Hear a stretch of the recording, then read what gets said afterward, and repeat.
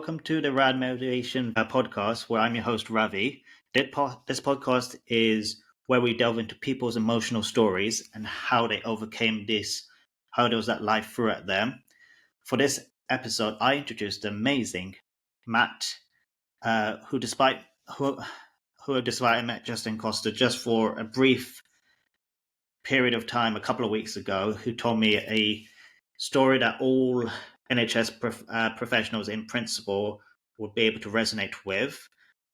Surprisingly enough, Matt, you didn't believe your story would be worth sharing, which really surprised me because I think your story would echo to anyone who works in the NHS in and around the UK. So, Matt, when I met you in Costa, you probably saw I was frantically writing everything about your story because there's so much to write about. And again, it shocked me that you didn't believe that there was nothing, you didn't think it was worth sharing, but there was so much. And I wanted to sort of get your story in the best possible light and try to share as much of it as possible because your story is not only relatable, but it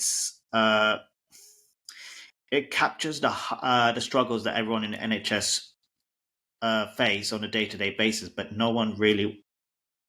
nobody talks about it. We just sort of put our head down and get on with the job, and it's become sort of the social norm when you work in this profession. But your story gave me an idea of how personally strong you are as a person, but also emotionally because you're sharing the story, and it gave me an idea of the repercussions of working in the NHS, which to a certain degree I can relate. I can relate to because even though I'm a different profession, we both work in the NHS.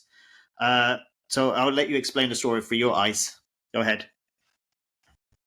Hi, thank you for having me on, Ravi. I was really pleased that you invited me to speak. Like I said, I didn't feel that my story was sort of worth sharing, really, but it was lovely that you could find some sort of meaning in it. And on reflection, like you said, it's nice to think that other people would be able to relate to it because it is tough working in the NHS, like you said.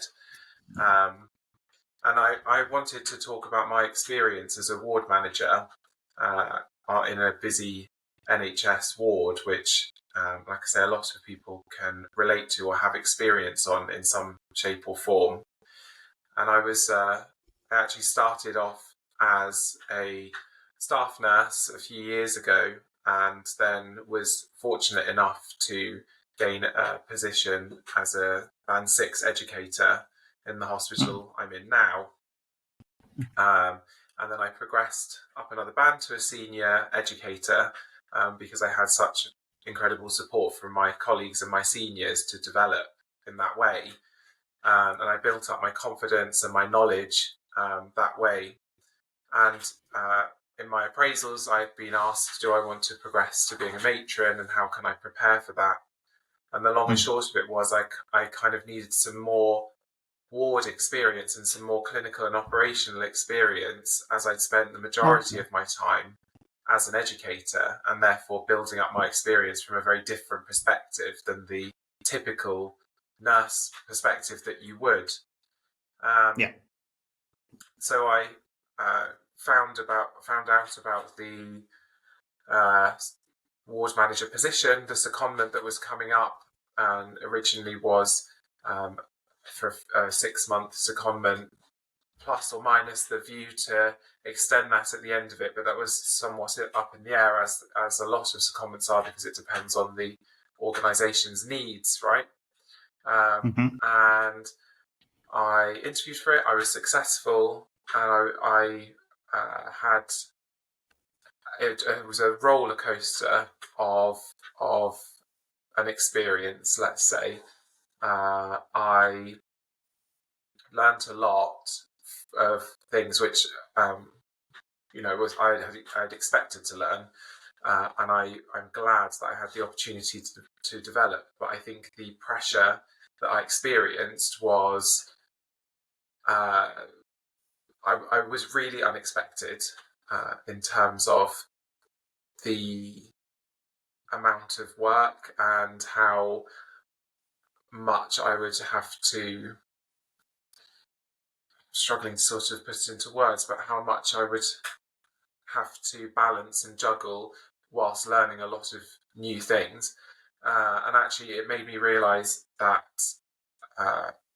how much you do need support as when you're learning new things, and how much you need to build your resilience. And it also made me realise how much it was important to put my own mental health first, because that job perhaps wasn't for me, or maybe perhaps it wasn't the right environment for me to do that job in. But I was very fortunate because I was able to go back to my education role as it was a secondment, and to also apply to work as a university lecturer, because it did really make me realise how much I have a passion for academia and education rather than leadership and management within the NHS. So that's where I'm at now, is back doing education, like I say, also as a role as a university lecturer. It left you in quite a dark place, didn't it? Do you mind sharing about how much of a dark place it left you? Yeah, it did. It made me feel, I think, if one were to say it made me want to take my own life, that perhaps is quite strong, but it made me want to not be here anymore. I felt very trapped in the situation that I was in, and felt that there was not an escape. And I know that I said it was a secondment and therefore it could end, but I felt the only way to progress in the NHS was to have this experience and then progress further in management, and to progress up and up the bands that way. And actually, I couldn't see past that, and I felt like, what choices are there? I have to either stop being a nurse, or I have to and start in another career, and the financial repercussions of that are massive. And it just became extremely overwhelming, the repetitiveness of that feeling, and the repetition of that feeling, and the repetition of going into the same environment almost every day of the week really wore me down. That's devastating to hear. That's really devastating. Unfortunately, it's a different circumstance, but the principle is probably the same with others in the NHS, which is, it's a sad matter to even think about, let alone experience. Just first question I wanted to ask is, when you first started the position, how did you feel? Did you feel, looking back at it, probably happy when you first started, excited, as in most people would when they start a new job, because it's a new opportunity, you want to make the most of it? I was apprehensive, I have to admit. Okay. I knew that it was probably a good step to take career-wise, but I was very apprehensive about what the role would entail, and about how much support I might need, or how much support I would actually get. I was quite excited to go into a different specialty, as I've always worked in the same specialty since qualifying, bar the odd shift doing something somewhere else, but actually stepping into a new specialty, and the opportunity to learn things clinically as well as from a manager's perspective. So it was very mixed. I think there is a normal amount of trepidation when you go into a new role, and I think I was feeling that trepidation. I don't think it was anything unusual, but I sometimes wonder, was my gut feeling, I really shouldn't have gone for it in the first place, or was it just a normal amount of nervousness and trepidation? And I think, actually, even if it were my gut feeling, and despite the dark place in which it had put me, I am happy to have had the experience, because it did develop me professionally and personally, and the hardship brought about a lot of, well, like I say, personal development and professional development. You also mentioned to me that this role gave you more well-rounded knowledge of things. You mentioned leadership, management of band sixes, sevens. Anything else that you want to expand on that aspect? Yeah, I knew as a band six and then a band seven, you have to go to you have to learn about leadership and management. You have to go to study days, and I wanted to do those things as well. I find it very interesting. So I knew the theory of it, which is probably why I was, well equipped to go into that role, and I interviewed well for it and got the job and all of this stuff. And I think is actually putting it into practice is what the role of a ward manager is, and that was the steep learning curve for me. So learning the theory, yes, I understand that, I don't know, for example, the budget needs to the ward budget needs to stay within a certain amount, but actually putting that into practice and managing expenditure is a very different matter. Or I understand that staffing has to be balanced well, but then once you actually come to do the roster and you have to balance in people's shift patterns and their requests and their personal lives and all of that stuff, it becomes very overwhelming quite suddenly. However, like I said before, I recognise there is a period of adjustment in any job. You go from expert to novice very quickly in a new job, and it just takes a little bit of time to build that up.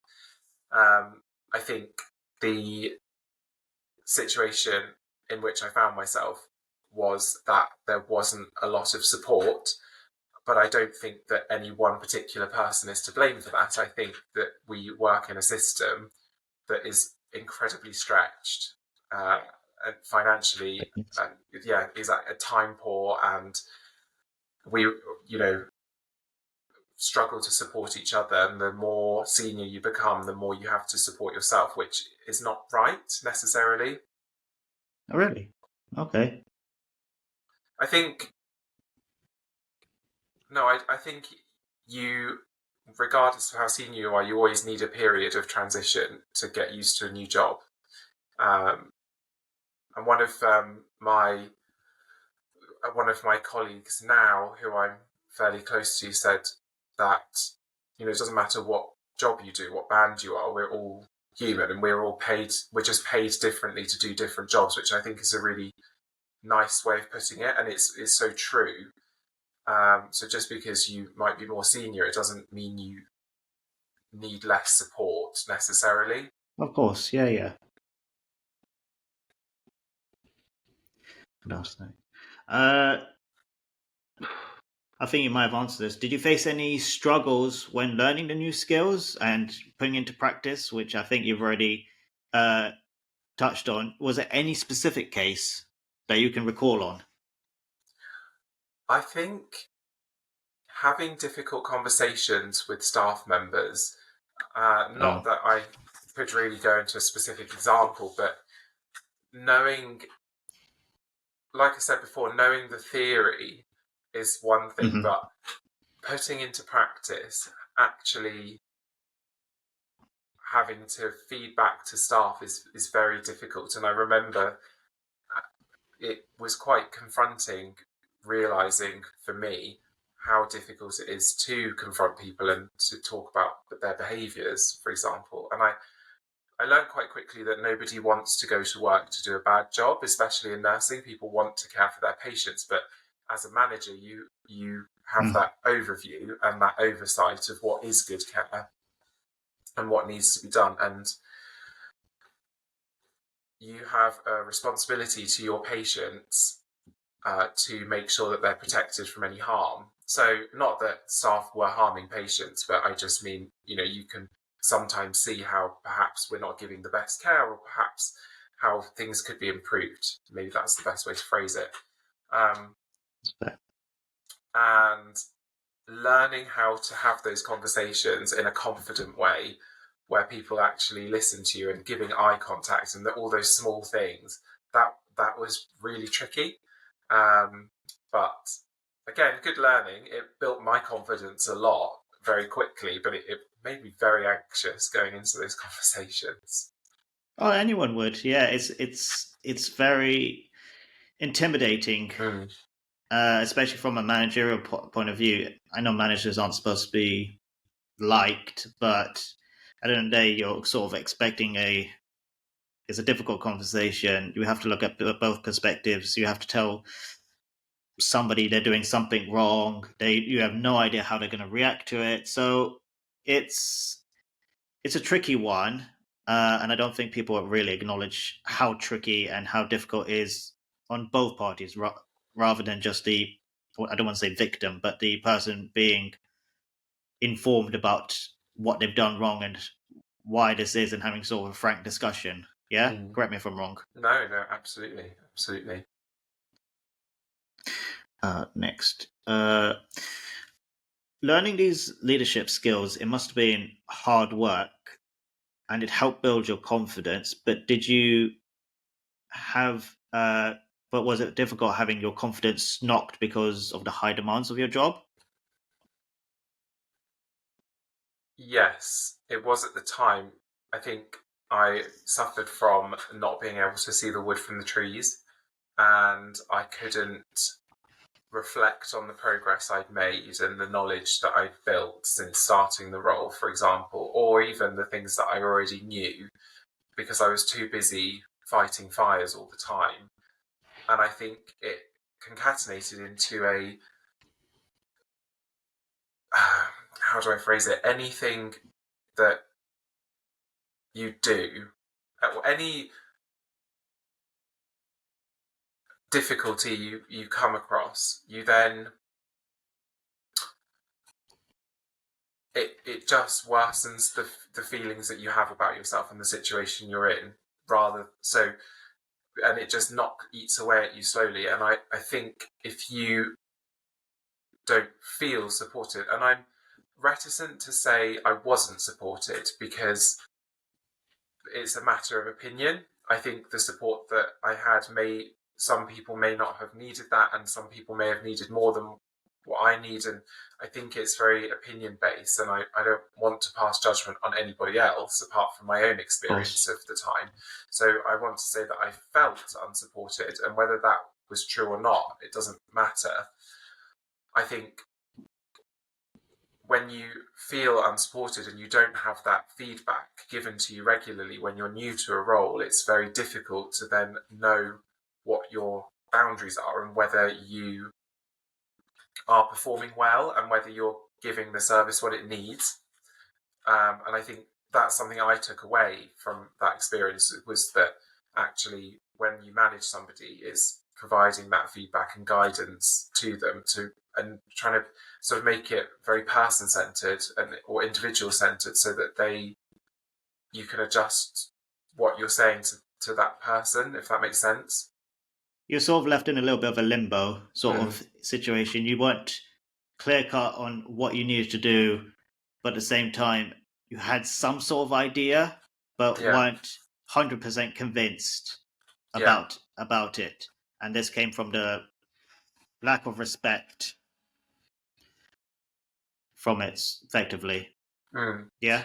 Yeah, and I think I stepped straight into the role and was expected to hit the ground running, fine, but I couldn't, I was so overwhelmed so quickly, I couldn't even organise my diary properly. I couldn't organise my week, what I was supposed to do, because I found it incredibly difficult to pick out what needed prioritising, because I felt as soon as I prioritised one thing, something else fell down. As soon as I spent half a day in the office, clinically, I was needed out on the floor. And it was so difficult to prioritise it. It's devastating to have that sort of mindset, because you're sort of going into the unknown in a sense. You're not sure, taking each day as it comes, but not really having a clear cut, oh, this is what I expect, this is what's going to happen. It's just, let's just see how the day goes, and hopefully I can manage it. But if not, then it sort of gives you a sort of, I don't know, maybe it sort of grinds on you, affects your mindset. Yeah. Correct me if wrong, if this is what happened.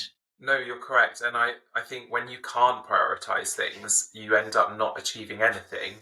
And you then each day feel like more and more like you failed because you haven't achieved what you damn. think you need to achieve. Whether that's true or not is a different matter, but it is how you end up feeling. I think, again, now that I've had that experience, I would definitely do things very different, and I do things very differently in my jobs now in order to prioritize and get things done in a different way, so that I don't have that feeling again. I have more resilience from it.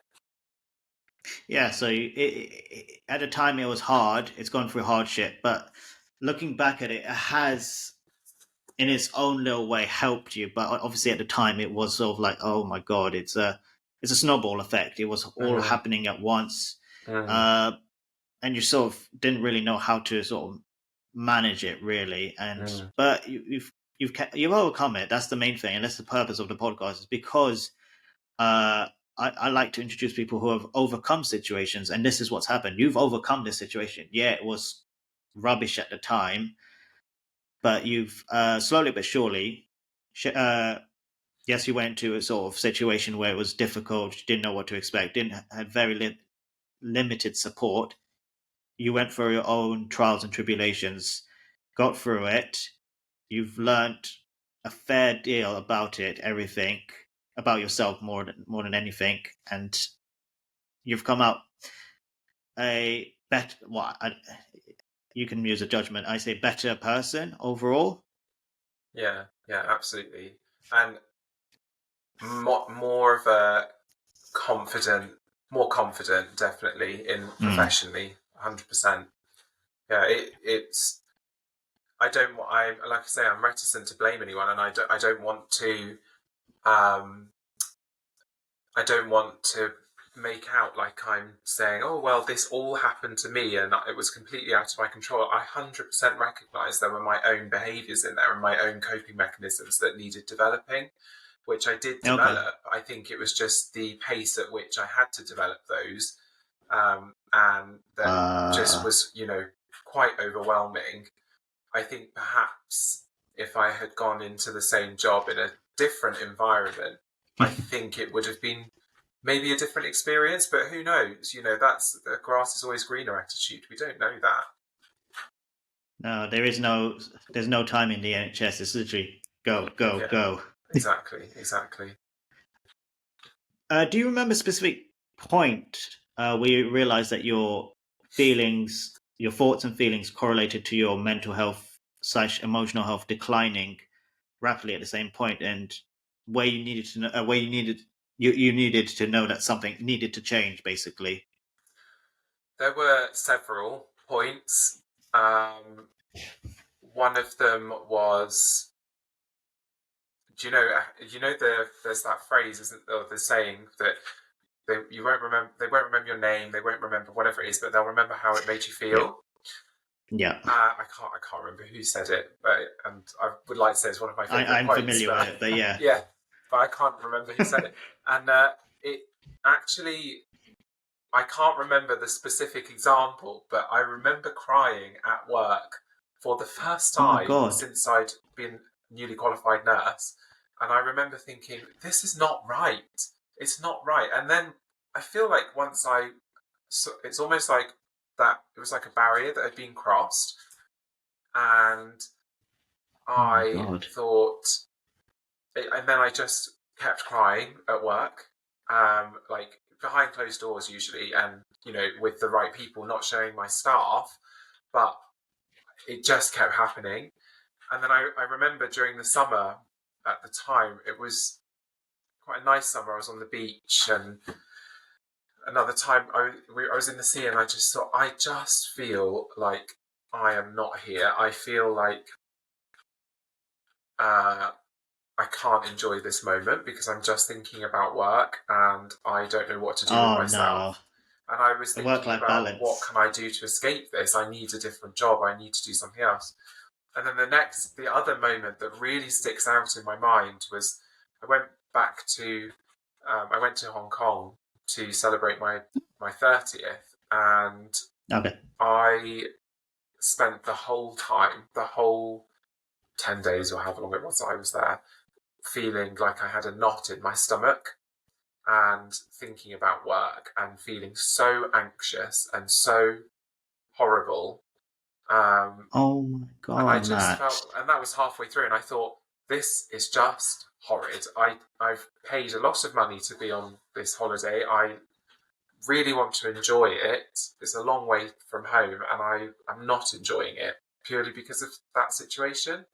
And I think I've had a similar experience of that before with a job a long time ago. It's not really worth going into, but I remember thinking on reflection, when you cannot switch off from work at all, when you can't do anything, there's no coping strategies for it when you get to that point, and that's actually when you need to leave. I'm sure a lot of people will sort of be feeling about those emotions, especially like the crying, and especially it just, the emotions just get to you, and it's a sad and dire situation. But I mean, it I don't really know. snowballs, right? Like your Yeah, of tolerance course, just yeah. becomes less and less, and then just every little thing starts to upset you, and then it affects you outside of work, and every little thing affects you outside of work, and then all the things that you do to keep yourself healthy and happy just go one by one, and you just end up sitting on the sofa or being in bed all day on your days off because you just don't want to do anything. Yeah, Not yeah. nice. I alluded to the work-life balance. It should be that, and then obviously Yeah, for you, yeah, it just went like that. yeah, Completely. absolutely. To have knots in your stomach, that is shocking. But Yeah, also, to I don't know what to say to that, but I can't even empathize, because working in NHS is a struggle in itself. But would you say you went to work? You obviously had your holiday, but then as the holiday neared its end, did you go into dread? oh yeah, Presumably. yeah, definitely. I mean, I think actually I was having a lot of dread throughout the whole holiday. It wasn't even going back to work, but it did grow stronger and stronger for sure. Damn, that's. Oh. Again, I touched on the point because you said that your state of mind when it's such a disarray that you wanted to end your life. Obviously, uh, I'll give you more of a chance to express that. But and I can't imagine what it was like.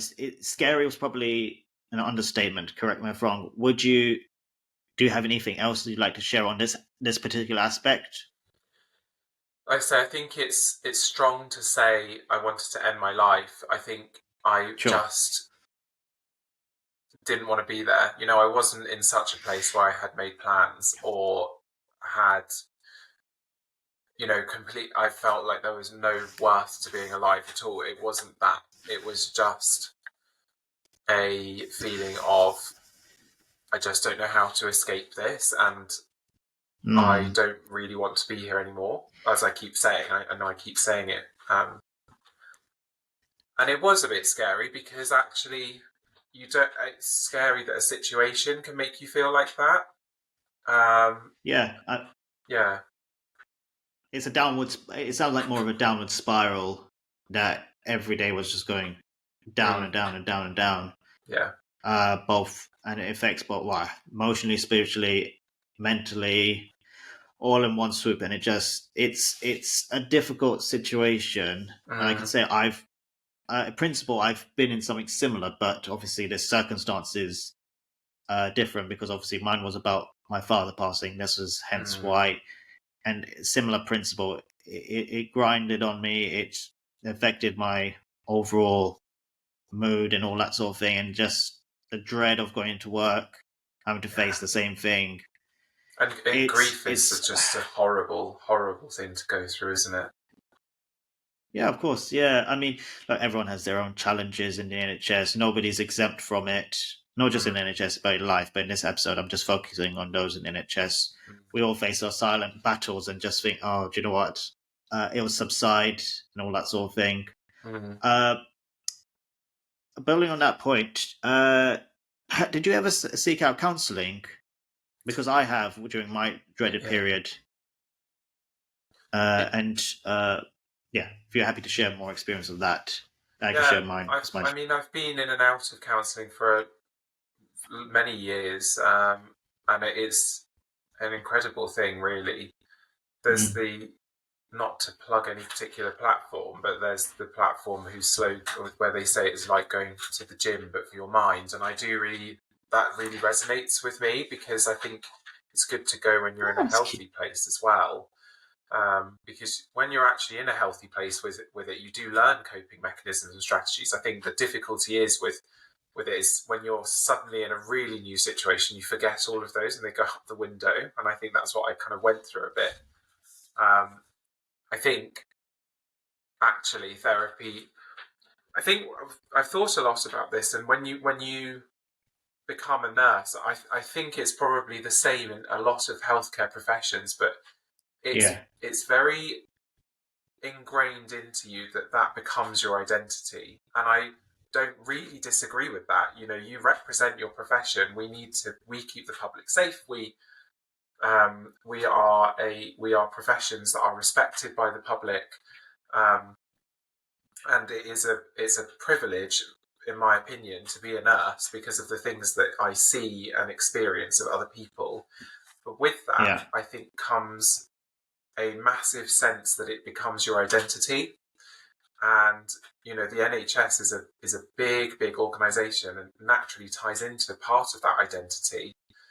And I think when it becomes your identity, it's very difficult then to separate that from your personal life, because it bleeds into your personal life. And I don't think that's always a bad thing. I think it's good to embody the values of being a nurse and the values of the NHS, and it makes you a good person. But I think there's a fine line to be held. And I think actually therapy does help to differentiate between that. I would say I see a lot of my colleagues who check their emails outside of work hours, and who, because they're good people, you know, you're a good person, you want to work hard, you care about your job. And I worry about how, you know, if that were me, I think that would have a very detrimental effect again, because I would just become quickly very overwhelmed and quite, you know, constantly thinking about it. And actually having therapy helped me realize the importance of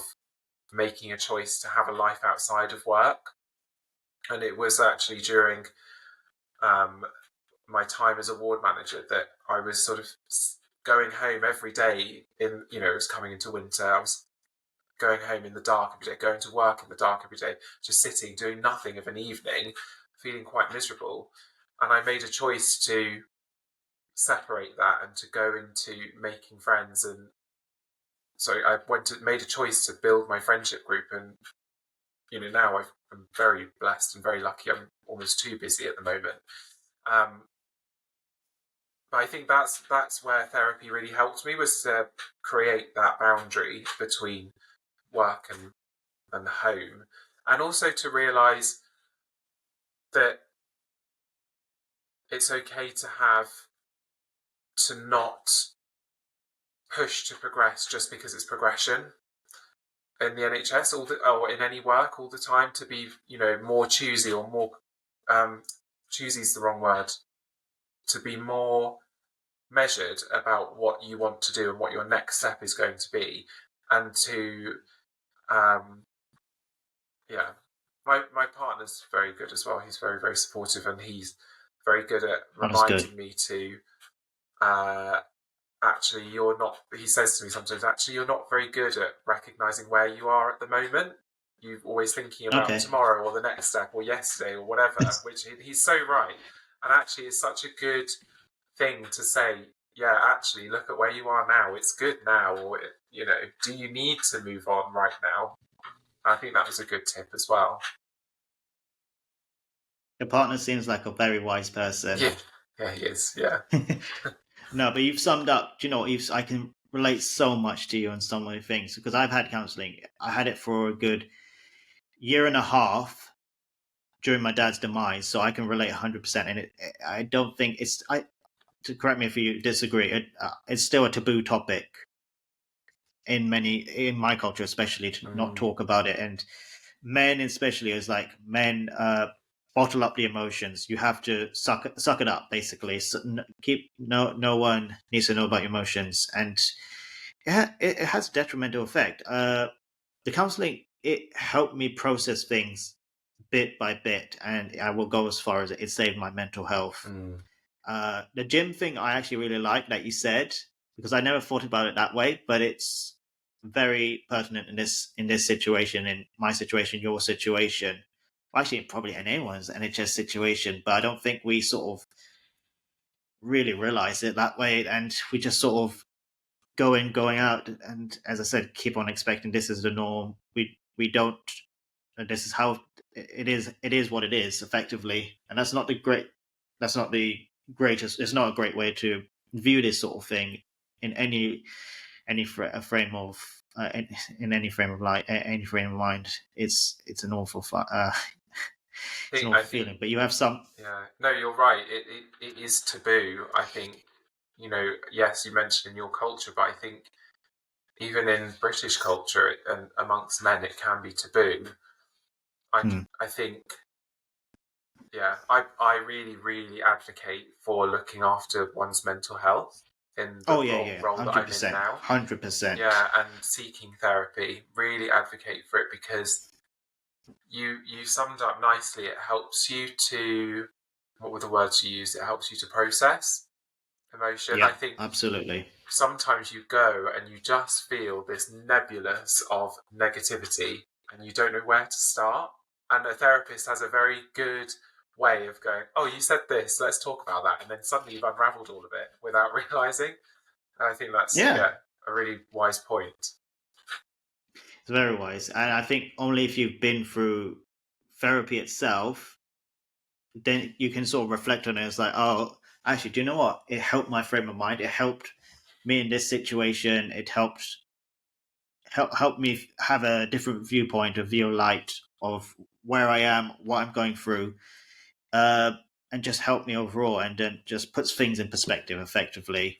And I think more people need to recognize that and just openly go for it. Because I don't know about you, I had to my colleague, she pushed me to go into it because she saw my mind in such disarray, and I was so glad that she did do it, because she was my light, my guardian angel in that period of time. Yeah. So I got nothing but thanks for that. But again, also I want to touch about the support network. I'm so glad you have a good support network, because so do I. And unfortunately, so many people don't. And it degrades the situation. It makes the situation even worse, because it's, even though you have a counselor, after that session of counseling is over, you're sort of alone again.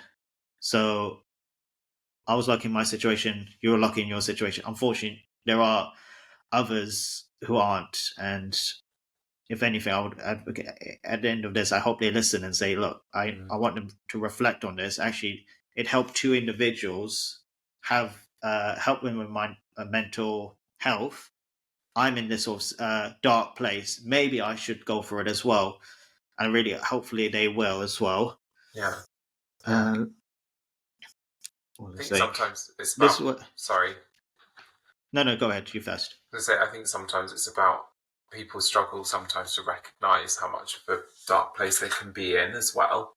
And I think, I don't know how sometimes you pull somebody out of that, but you said really nicely that your colleague pointed that out to you. Sometimes it takes another person, doesn't it, to say, actually, it doesn't look right.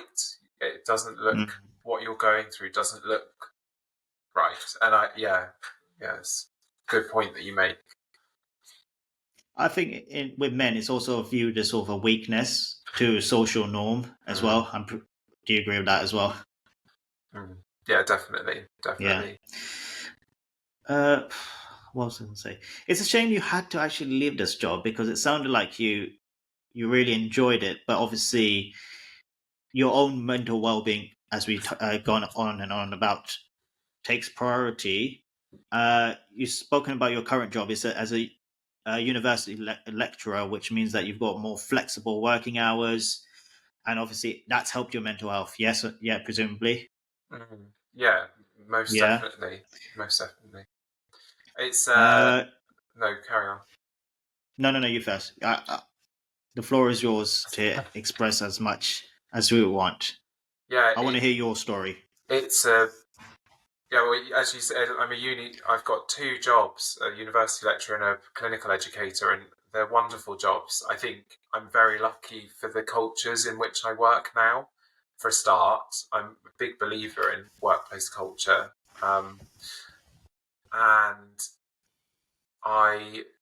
you said about the flexibility, and that's right. I'm, I I think this is a personal thing because I've spoken to many people about this, and it's a very curious thing. I think many people like a structure and like to be told you have to come to work at this time and you'll be done at this time, and people like that. I think a lot of people I've spoken to anyway, it's very anecdotal evidence, quite like that, but I personally very much struggle with that. And what I found in my jobs is that they are project-based jobs, let's say, and I have projects to get on with, and I have the freedom. Of course, there are times when I have to be in places at a certain time. I'm not saying I can't do that. If I'm teaching as a lecturer, I will be there. I will be there on time. I will deliver my lessons, and I'll enjoy it. But when I'm doing behind-the-scenes stuff, or working on, now I do a lot of quality improvement projects and patient safety things at my clinical job, and I enjoy that side of managing my own time. I really, really enjoy, this is what my week is going to look like, and this is how I'm going to work on these projects, and having the trust from seniors that I'm going to get those projects done, and I'm going to manage my time how I want to manage my time, which on reflection sounds bizarre because I said earlier in the podcast,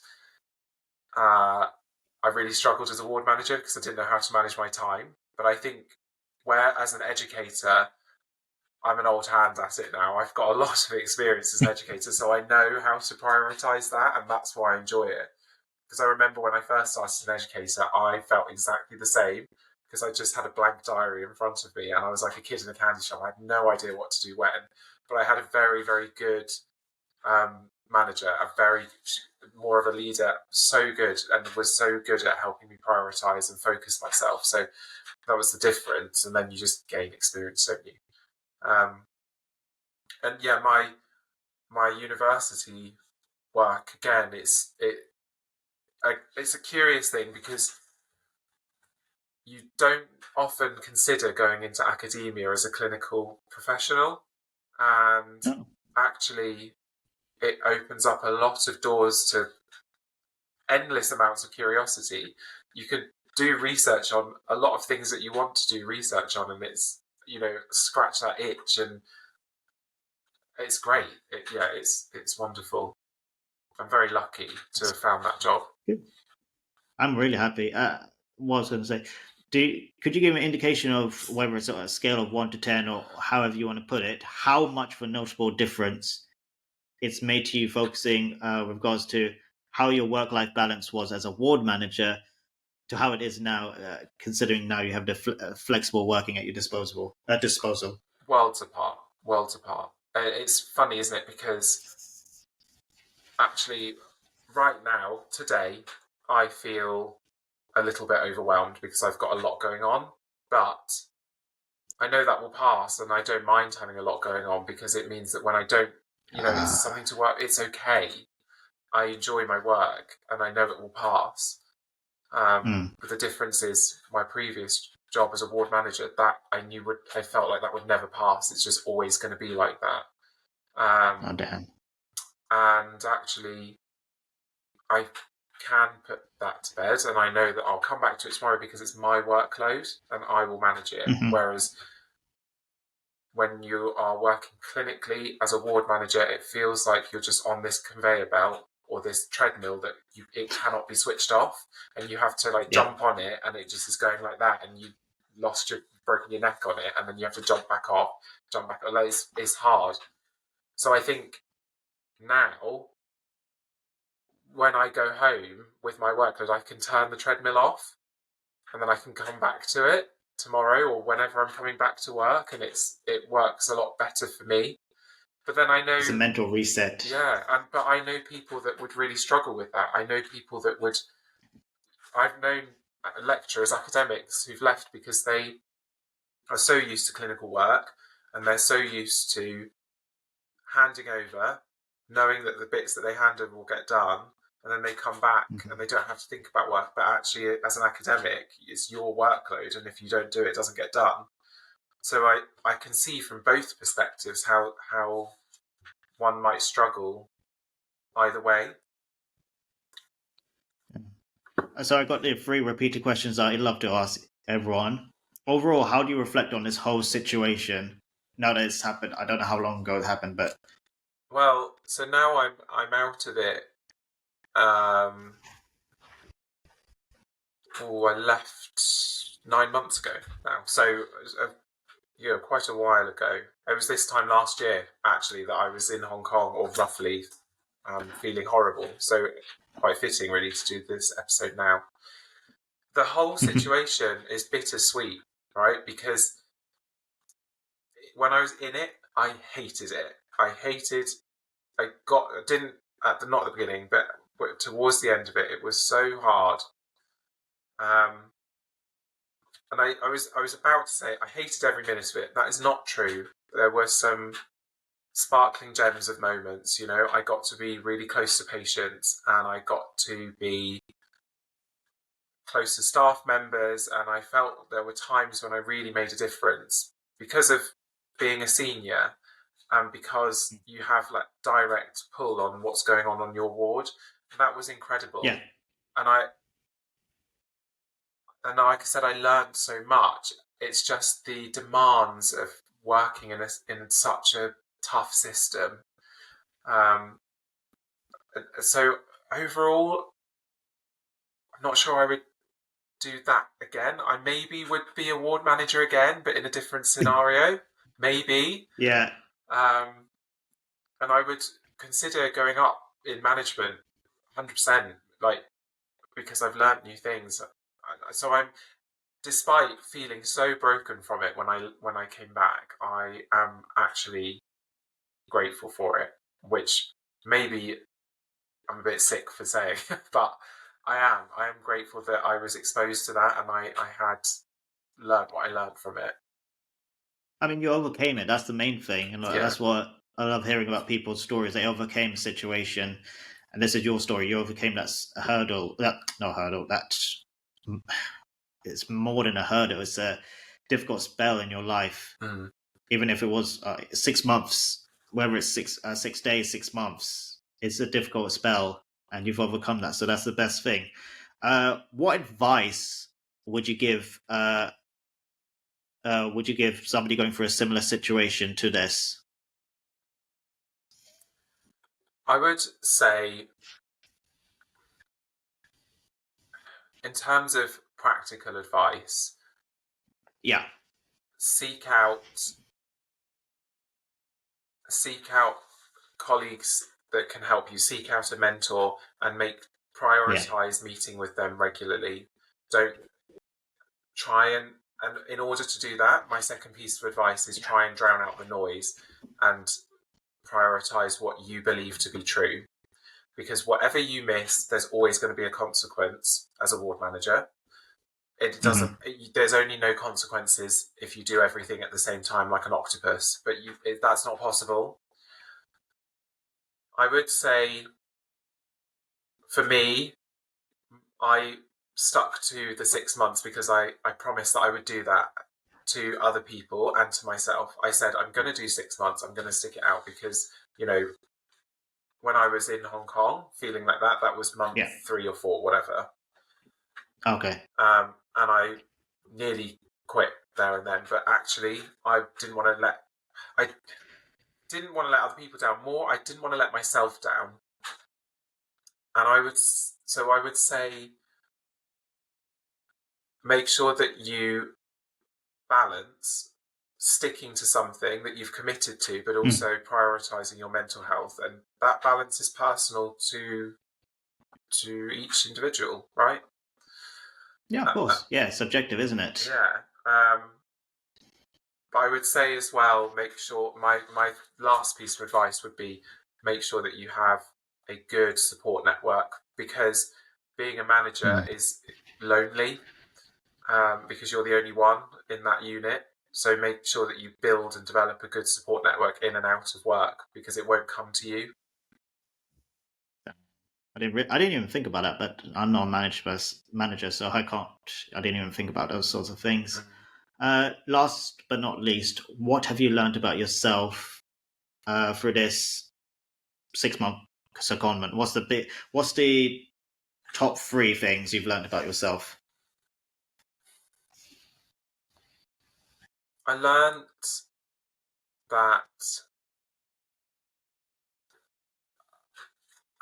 that what I want from a situation actually really does matter, and that I can prioritize it, and it's okay, because I don't think I'd really been in such a situation that had made me feel quite as bad. So I just stuck through things, and actually I learned to listen to myself more. Okay. I think I learned that I can build resilience, and I learned in order to do that, things will pass, which again I was not very good at before, recognizing that things do pass and situations don't always stay the same. And thirdly, something I learned about myself was I'm not as hated as I think I am, which was really nice. So I when I left, one of the things that I really struggled with was making decisions and feeling like people just hated me for making those decisions, and like the staff members, for example, because they're always unpopular decisions. You can't please everyone as a manager. Of course. And coming from being an educator, a lot of the time as an educator, you can please everybody because people want to learn a lot of the time, or you're an ear for somebody to, like, a shoulder to cry on, or you're there in a pastoral role. You're really supportive as an educator, and that's what I love about my jobs now. But as a manager, like you said earlier, you're not there to be liked. And my going into it was, I will always, even if the decisions are difficult, I will always be kind, and I will always be compassionate. And that was my rule. There was one time I broke that rule and I wasn't kind because I snapped at a staff member, and I apologised straight away because I was so stressed. So what I learned from that, I've forgotten my train of thought now. Where was I going with that? You can cut this bit out because I've actually forgotten what I was going to say. That's fine. What have I just said to you? I've try and jog my memory. What have I just said? So you learned about the resilience. You said yes. I learned that yes. So when I left as a ward manager, I went for a drink with some of the staff, and I said, really, I was really glad that they came out with me, but I said, I really thought that you just didn't like me when I was there. And they said, oh no, we thought you were really, really fair, and we loved having you as ward manager. I thought, for goodness sake, if I'd actually known that at the time, maybe I'd have stuck it out just a little bit longer. But hindsight's a wonderful thing. And I think that one comment, it's so funny how one comment can just change your perspective. That is what gave me the confidence that I actually have now, because it just consolidated the past 6 months and put in a completely different light about myself, which was, I'd be really grateful to that person for saying that to me. Really, really grateful. Fab. Well, that is the episode done. Matt, thank you for joining me. I am going to be editing all these. This story. As I said, I keep seeming surprised that you don't think this is relatable. I relate to it. We talked about the counselling, different situations, but we both know about the pressures that the NHS face, and especially men's health, mental health. They're not talked about enough. So.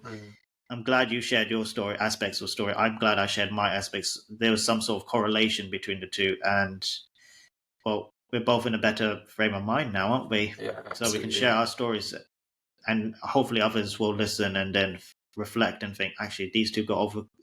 Matt overcame this situation.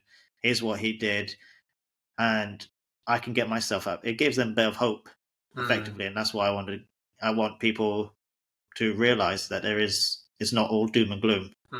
It's really, Matt, really thank nice you for that joining you me. do these podcasts. It's lovely. Oh, that's fine. If there's any bits that you're listening to, you think, I have a tendency to ramble and not stick to a point. So if you think that doesn't really make sense what you're saying, just let me know if you want to re-record anything. No, it's absolutely fine. I wanted to keep this sort of as a chit chat anyway.